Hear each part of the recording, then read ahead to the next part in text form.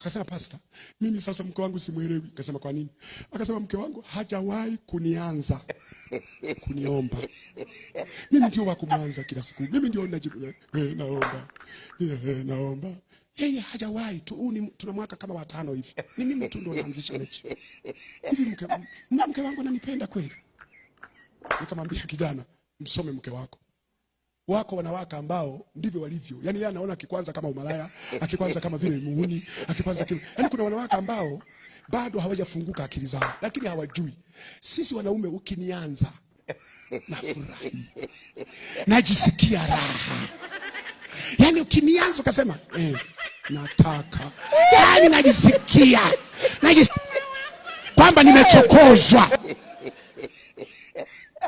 Kwa sababu nyie mnafahamu wakati fundi anajenga nyumba aliweka wapi switch ya stima? Nenda pale kwenye switch ya stima pale, tafuta, washa.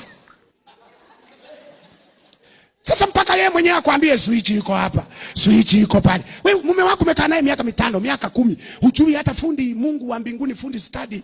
Biblia imeshasema fundi study. Hujui aliweka wapi ya kuwasha stima?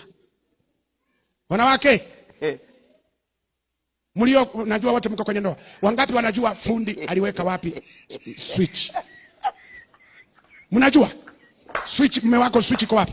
Ambapo kiwasha na waka mara moja. Sasa mnachelewa nini? Wewe unaona jamaa hajafanya kazi ngumu leo.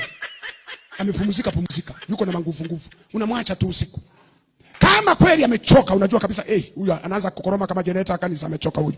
Huyu achana naye leo. Lakini kuna siku naona limeshinda tu nyumbani hapo, au limeenda mjini halijafanya kazi ngumu, unaliacha la nini? Switch. Kwa mama mna switch. Mna switch kweli? Mnaanzisha vita. Mwe wachokozi kama Trump. Chokoza vita. Hafu kiwaka basi. Mnapambana.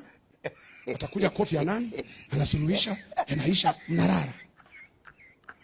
Sasa kama mama unalala tu kama gogo, alafu unasema atanianza mwenyewe. Sasa hapo anzi unasema sasa nalala na mimi hivi, anafikiri mimi dada yake.